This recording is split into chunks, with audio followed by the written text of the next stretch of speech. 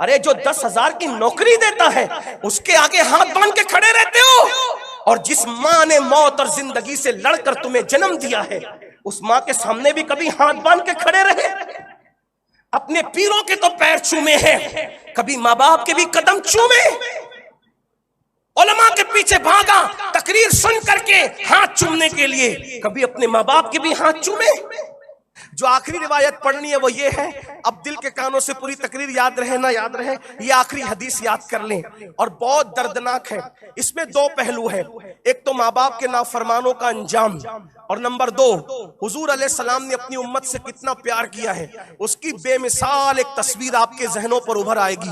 तसव्वुरात की दुनिया में चले, अल्लाह के सच्चे रसूल सादिक व मस्दूक गैबदा नबी सल्लल्लाहु अलैहि वसल्लम इरशाद फरमाते हैं, क़यामत के दिन कोई चीज मुझे उतना गमगीन न करेगी, माँ बाप के नाफरमानों की खुसूसी तवज्जो। याद रखना, कलेमा अपनी जगह है, नमाजें अपनी जगह हैं, इबादतें अपनी जगह हैं, माँ बाप का दिल ना दुखाओ।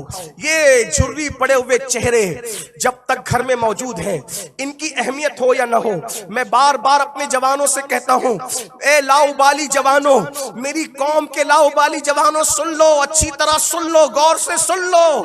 किसी का खूबसूरत मुखड़ा देखकर भी वो कुछ नहीं मिलता जो माँ बाप के झुर्री पड़े हुए चेहरों को देख करके मिलता है। अल्लाह अकबर, मेकअप वाले चेहरों की दीवानगी करने वालों, उन झुर्री पड़े हुए चेहरों की कद्र कर लो। जिस दिन ये चेहरे कब्र के पर्दे में छुप जाएंगे उस वक्त मिन्नतें करोगे तो भी ये चेहरे कभी ख्वाब में नजर नहीं आएंगे। बड़े कीमती है ये चेहरे, इन चेहरों की बड़ी अजमत है। मेरे करीम आका ने फरमाया कि जिसने माँ बाप के चेहरे को मोहब्बत से देखा अल्लाह उसे मकबूल हज का सवाब अता करता है, और जितनी बार देखेगा उतनी बार उसको मकबूल हज का सवाब मिलेगा।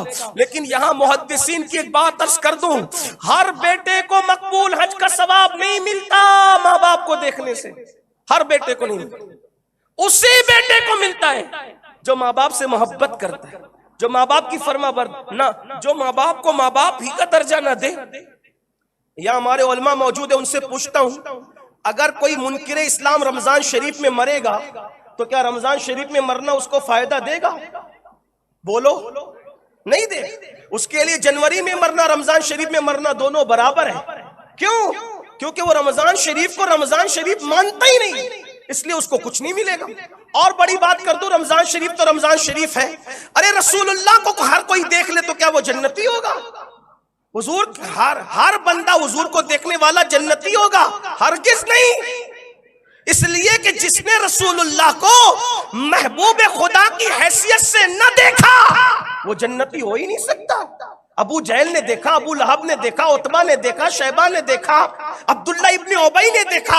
अरे उसने तो ऐसे देखा कि हुजूर ने उसका जनाजा भी पढ़ाया, उसको अपना जुब्बा भी दिया, उसके मुंह में अपना लुआब भी डाला। सहाबा तड़प गए इस मुनाफिक के साथ। ये आका फरमाते, ना जुब्बा कोई फायदा देगा, ना लुआब फायदा देगा, ना जनाजा पढ़ाना फायदा देगा। क्यों? इसलिए कि रसूलुल्लाह को वो रसूलुल्लाह मानता ही नहीं। तो जो रसूलुल्लाह को रसूलुल्लाह ना माने, हुजूर को देखना उसको कोई फायदा पहुंचाया? नहीं पहुंचाया। तो जो माँ बाप को माँ बाप का दर्जा ही ना देता हो तो उसको माँ बाप को देखना क्या फायदा देगा?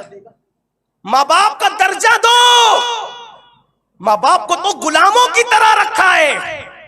हम जब बैठते हैं घरों में तो छोटे छोटे तोतले बच्चों को मशवरा देने का हक है, लेकिन माँ बाप को मुंह खोलने का हक नहीं।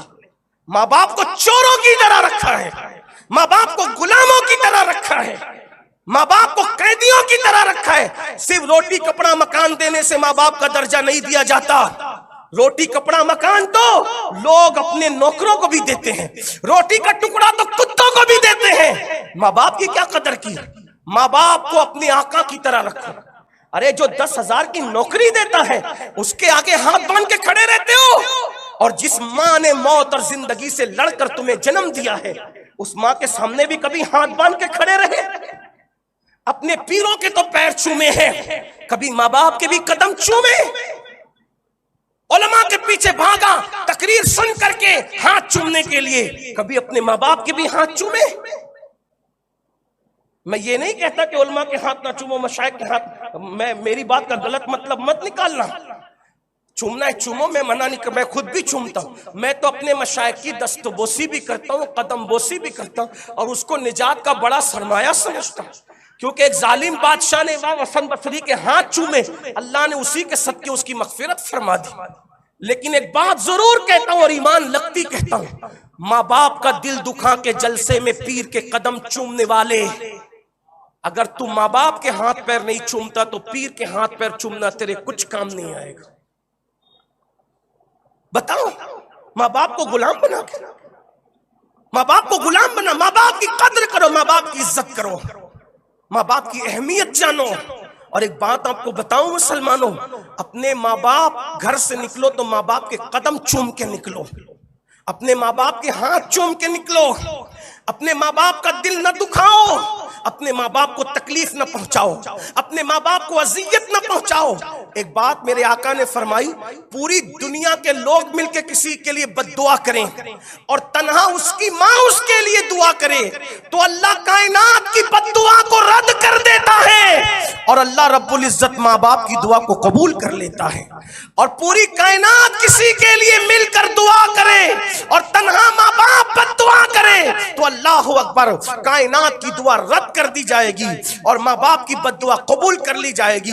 इसलिए मेरे प्यारे आका सल्लल्लाहु अलैहि वसल्लम के प्यारे दीवानों, अच्छी तरह याद रखो, माँ बाप की कद्र करना सीखो, माँ बाप की इज्जत करना सीखो, माँ बाप का एहतराम करना सीखो, अपने माँ बाप का दिल ना दुखाओ। अल्लाह अकबर। तो बात चल रही थी, आप तवज्जो फरमाएं, अल्लाह के रसूल सादिक व मस्दूक सच्चे नबी सल्लल्लाहु अलैहि वसल्लम ने फरमाया कि कोई चीज क़यामत के दिन मुझे उतना गमगीन न करेगी, मुझे उतनी तकलीफ न पहुंचाएगी जितनी तकलीफ माँ बाप के नाफरमानों का मामला मुझे गमगीन करेगा, माँ बाप के नाफरमानों का मामला मुझे अजियत देगा, माँ बाप के नाफरमानों का मामला मुझे तकलीफ पहुंचाएगा।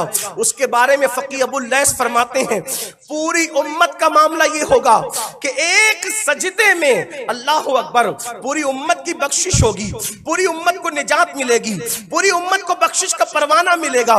मगर अल्लाह अकबर, माँ बाप के नाफरमानों का हाल ये होगा, माँ बाप के नाफरमानों की कैफियत ये होगी।